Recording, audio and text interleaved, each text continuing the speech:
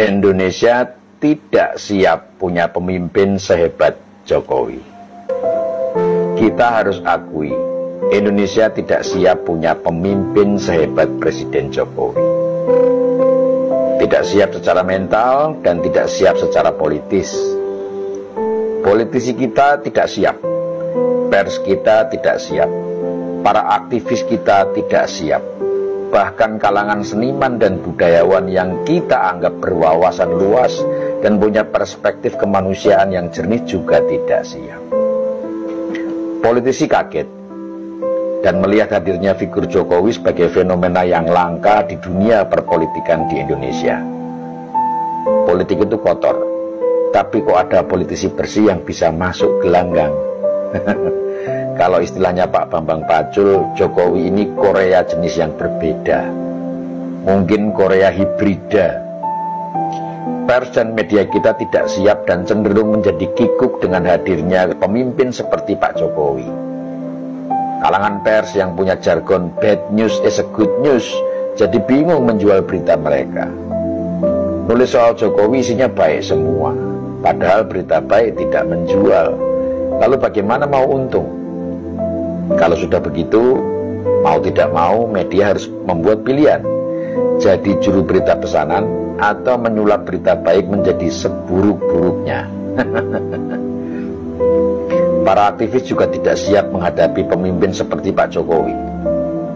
Aktivis kan tugasnya mengkritisi. Kalau bahan yang dikritisi tidak cukup untuk dikritisi, lah terus mau mengkritisi apanya? Akhirnya jadi sama seperti media. Kalau mau tetap dibilang aktivis, ya melayani jasa kritik dan demo pesanan saja. Ini aktivis apa hiperaktivis sih? Nggak perlu demo kok harus demo. Kalau aktivis jalanan melayani pesanan mungkin masih masuk akal. Lah ini aktivisnya mahasiswa. Mahasiswa itu kan kelompok yang sama-sama kita tahu memiliki kualitas dan latar belakang pendidikan yang lebih baik. Kalau akhirnya melayani pesanan atau yang sering diledek dengan istilah mahasiswa, lah terus ilmiahnya di mana? Seniman dan budayawan kita tidak kalah kalang kabutnya ketemu sosok pemimpin seperti Jokowi. Grup teater yang biasa mengolok-olok pemimpin korup jadi tidak punya bahan untuk dijadikan naskah pertunjukan. Zaman Pak Harto, zaman Pak SBY masih banyak bahan. Lah zaman Pak Jokowi ibarat sumur airnya kosong, tidak bisa ditimba.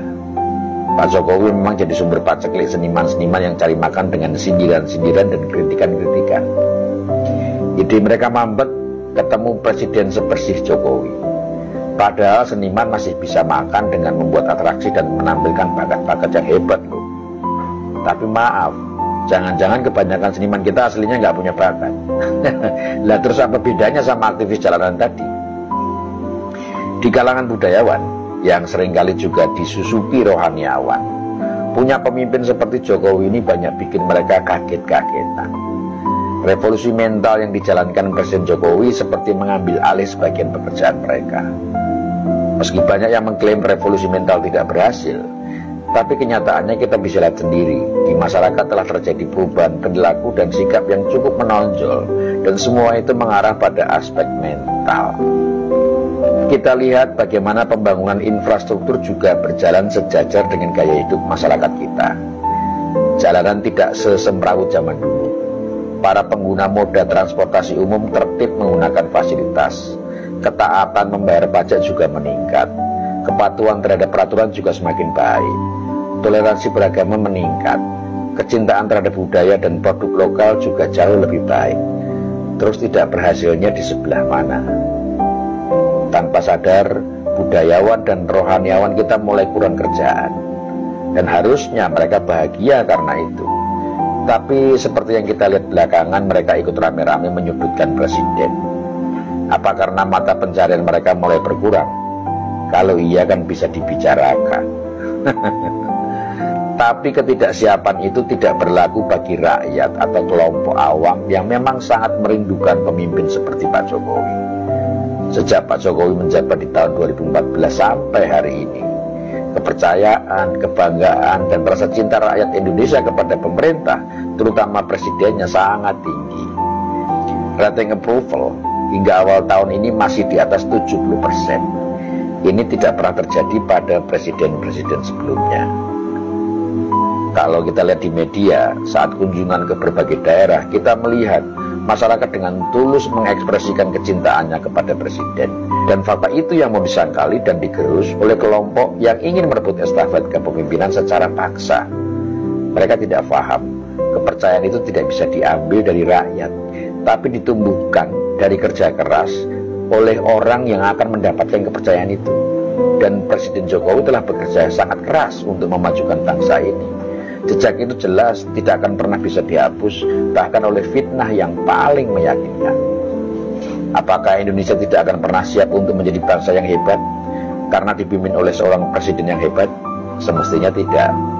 Kalau kita semua mau mengedepankan kecerdasan dan kejernihan pikir, Indonesia yang dulu bernama Nusantara pernah menjadi bangsa yang besar di mata dunia. Lalu sekarang kita ingin dibangkitkan kembali menjadi jauh lebih besar lagi. Tapi hanya karena segelintir orang yang merasa dirugikan karena kehilangan nafkah dan kekuasaan, lalu menghasut kita untuk melawan kebangkitan itu dan kita mau mengikutnya. Hanya mereka yang tidak peduli pada kedaulatan bangsa dan negara yang tidak ingin Indonesia menjadi hebat. Hanya mereka yang tidak bisa berbuat sesuka hati, yang tidak siap memiliki pemimpin yang hebat. Dan mereka itu sesungguhnya tidak banyak jumlahnya. Kalau rakyat berdaulat, maka mereka hanya bagaikan beberapa ekor lalat yang dengan mudah bisa disikat. Semoga bermanfaat.